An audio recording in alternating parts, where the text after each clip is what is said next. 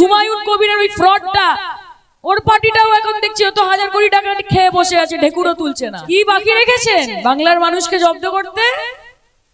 ED ডেকেছেন, CBI ডেকেছেন, income tax ডেকেছেন, এনআইএ ডেকেছেন।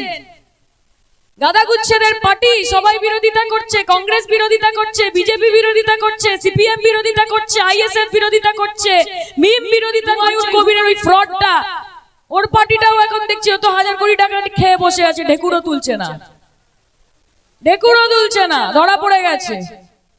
এখন মামা করছে, বুঝে গেছে হাওয়া খারাপ আছে। মমতা ব্যানার্জি মাথা নত করেনি।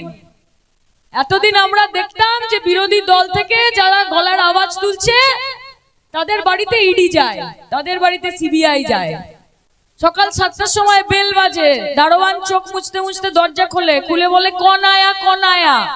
ওই দিক থেকে আধিকারিকরা বলে যে তোর মালিককে গিয়ে বল ইডি এসেছে, ইডি এসেছে। আর পশ্চিমবঙ্গে আমরা কি দেখলাম? আরে বাঘের মুখে হাত দিয়েছো ভাই। আইপ্যাকে বেল বাজলো, এই দিক থেকে ইডির অফিসাররা বলছে কে এসেছে, কে এসেছে। ওই দিক থেকে একজন আর আওয়াজ এলো, বললো যে তোর মালিককে গিয়ে বল দিদি এসেছে, দিদি এসেছে। এটাই হচ্ছে মমতা ব্যানার্জি, এটাই হচ্ছে তার পাওয়ার, এটাই তার ক্ষমতা। তাই আমি বলি যে তোমার আছে কোটি কোটি টাকা, কারিগরি ক্ষমতা বিজেপি, তোমার আছে কোটি কোটি টাকা, কারিগরি ক্ষমতা, আর আমার আছে হাওয়াই চটি সাদা শাড়ি, একটাই মমতা। খেলা হবে, খেলা হবে, খেলা হবে।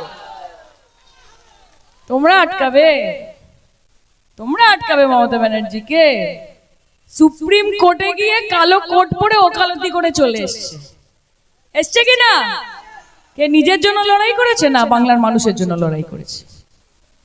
90 লক্ষ 92 লক্ষ মানুষের নাম বাদ দিয়েছে এসআইআর এ, জিততে পারছে না। যেন তেন প্রকারে না। এত বছর আমরা দেখতাম যে দেশের মানুষ ঠিক করে যে সরকার কার হবে, আর নরেন্দ্র মোদী ঠিক করছে যে এবার দেশের ভোটার কে হবে। ইলেকশন কমিশন অফ ইন্ডিয়া না, ইলেকশন কমিশন অফ ভারতীয় জনতা পার্টি। এর থেকে লজ্জার আর কি হতে পারে? যে দেশে গণতন্ত্র কোথায় বাকি রইল?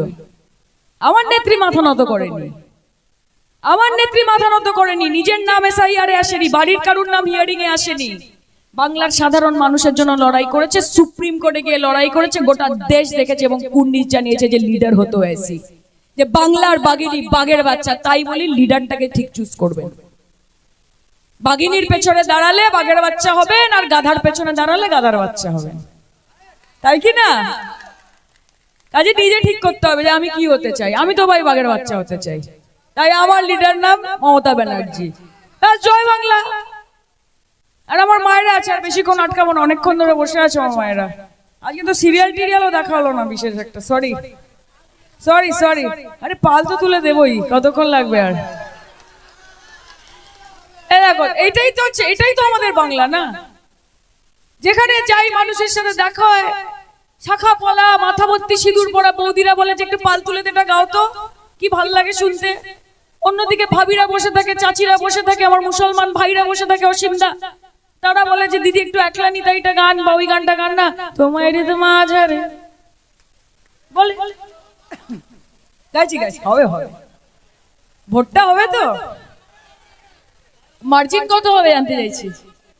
হ্যাঁ, এমএলএ কিন্তু বলে দিয়েছি অসীমদাকে, যেটা বলে দিয়েছি সেখান থেকে কিন্তু পিছু পা হওয়া যাবে না। আর মমতাদির জন্য দোয়া করতে হবে, মমতাদিকে আশীর্বাদ করতে হবে যে দিদি তুমি এগিয়ে চলো, আমরা তোমার সাথে আছি।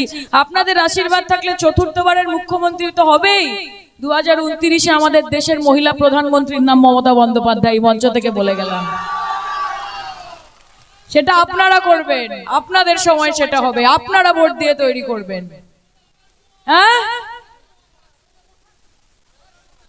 250 বার, अब की बार 250 বার। আরে क्या बात है, ঠিক আছে 250 বার হলে সায়নী ঘোষ এখানে এসে সবুজ আবির খেলে যাবে আপনাদের সাথে, কথা দিয়ে গেলাম আমি।